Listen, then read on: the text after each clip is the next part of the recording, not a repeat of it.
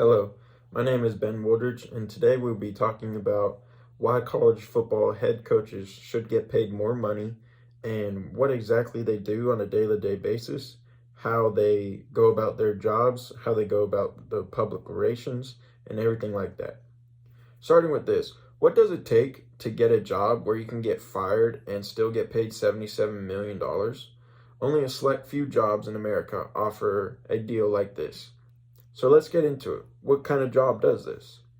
Having experience of playing college football for a handful of years gives me the experience of interacting and witnessing the daily life of college football head coaches.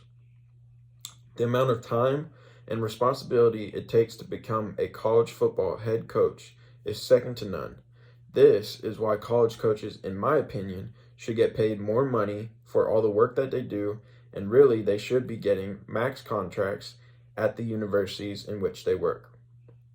There are a ton of colleges in America, and most include college football programs. If the funding and support is there for the coach, then the program will ultimately be successful in the end. Today we will be reviewing some of the wealthiest coaches' contracts in college football, where that money comes from, why coaches should be paid more, why coaches get paid so much, but the student athletes just started being able to get paid, and lastly, what exactly do college football head coaches do? Starting with this, some of the top college coaches in the country come from some of the winningest programs with the most well-known names. The list of the top paid college coaches has only increased because of the world in which we live in college sports, and more particularly college football. With that being said, according to Front Office Sports article, the list of the highest paid college football head coaches' salaries, and 7 of the 10 of those coaches come from the SEC. This is your Southeastern Conference, and this includes the Alabamas, the Floridas, the Tennessees, and schools like that. Secondly, a lot of the time, the money that these universities use comes from donations from alumni and boosters of the university and program, along with the TV and media deals that the program and the university get through their seasons. That is where a lot of the money comes from.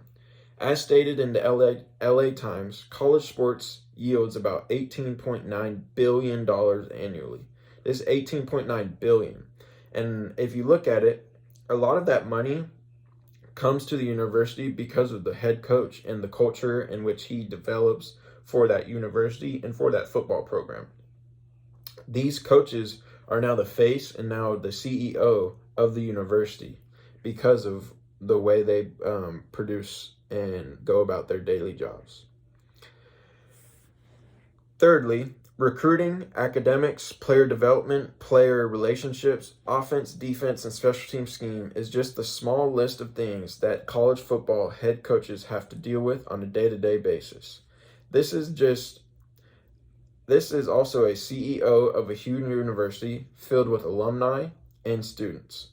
As stated in Bleacher Report, the character, quality, and personality of a program's head coach can often make or break factors when it comes to recruiting. This is because that head coach has to relate to hundreds of recruits every year, has to relate to their families, has to make sure that their culture, their program, and what they are doing as a whole is something that will be interesting to recruits and will be mostly interesting to their families to make sure that they feel safe with their kids there. Fourth, if coaches are able to get paid millions, then the athletes who are bringing in fans and media should be paid as well. According to On3 Sports, the highest paid football player is making $4 million. The money from the coaches should go to some of these players because of how much that coach is bringing in annually. If you think about it, the players who are playing for that program are just a step below that head coach. And it kind of works in a tier system where that head coach is kind of on the pedestal of the program because he's the one who is constantly in the media. His face is the face of the program because he's the CEO of the university. He's the CEO of that football program, and he's the one who can really make or break that culture and that team. Now I do understand why some of you will say that the money that will be paid to these coaches should go somewhere else in the university, and I can completely understand that. But if you think about it, who else in that university's working system does anything relatively close to what the college head football coach does on a day-to-day basis? The hours that he spends, the relationships he makes, the public relations he has to deal with, the media, and everything like that. Nobody in that university does anything close to what the college football head coach does. Lastly, scheme and football knowledge is what we know of when it comes to college football head coaches.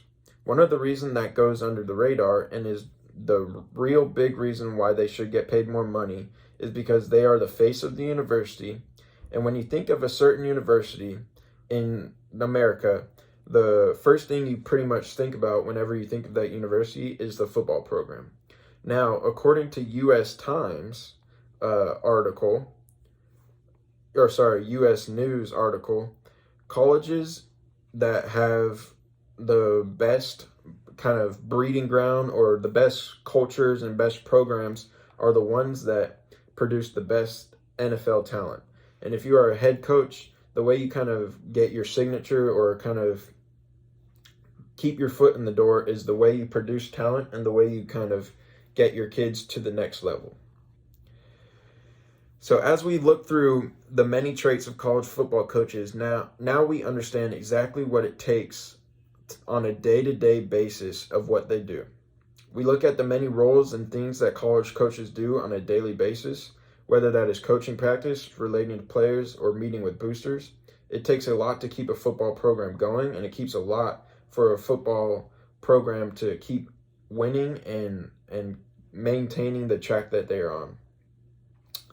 Thank you for listening, and I hope you understand why college football coaches should be paid more money and for what they do on a day-to-day basis and what they do for the university as a whole.